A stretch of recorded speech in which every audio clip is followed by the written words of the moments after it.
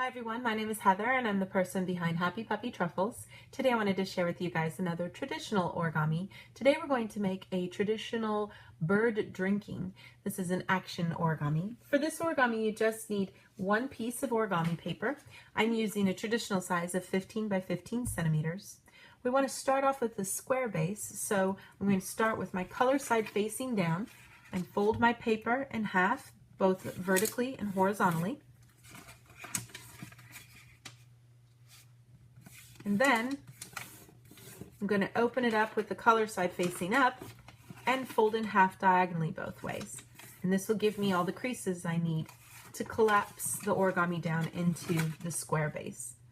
So get all of these folded over, open it up to the color side, fold it in half, pinch on those edges right here, and push in towards the center. And everything will sort of shimmy around until you can get it to lay flat into this sort of diamond or square shape, which is why we call it a square base.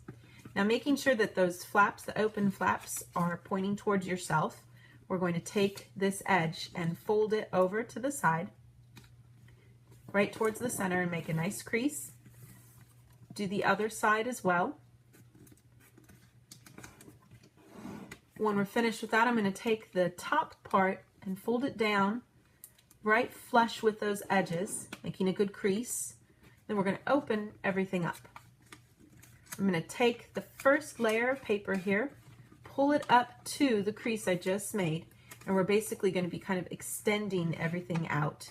And as I do this, this side here that's already creased right will just go over really easily. And then this top section up here will reverse itself so that it can lay down flat too, to give us this nice little triangle shape.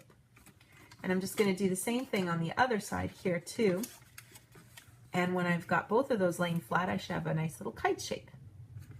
Flip it over. I'm going to do the exact same things on this side.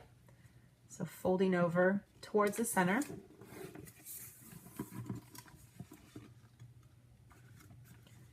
You don't necessarily need to fold this part down, but if you want to, it'll make it a little easier when you pop things open, because then that crease will be going the right way for you.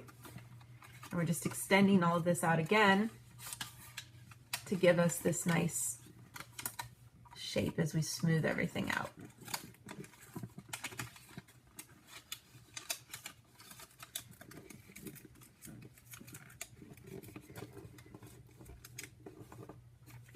So you should have these two little legs down here and two flaps at the top. I'm going to take my left flap and fold it over to the side, making a nice point at the top. Flip it over and do the same thing going this way as well. Now the little legs will become kind of like ears at the top, and the bottom will be nice and smooth. I'm going to take this flap here and fold it up.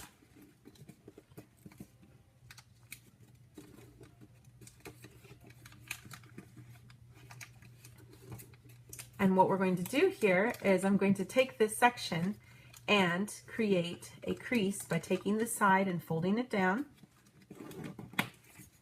and fold this side as well. We're making two creases that meet up in here, crisscross through there. And then if you push on both of them, letting them both come down at the same time, this part will come and stick up at the top. And we just want to crease that into a point, and then we can go ahead and fold everything in half. So we have something like this.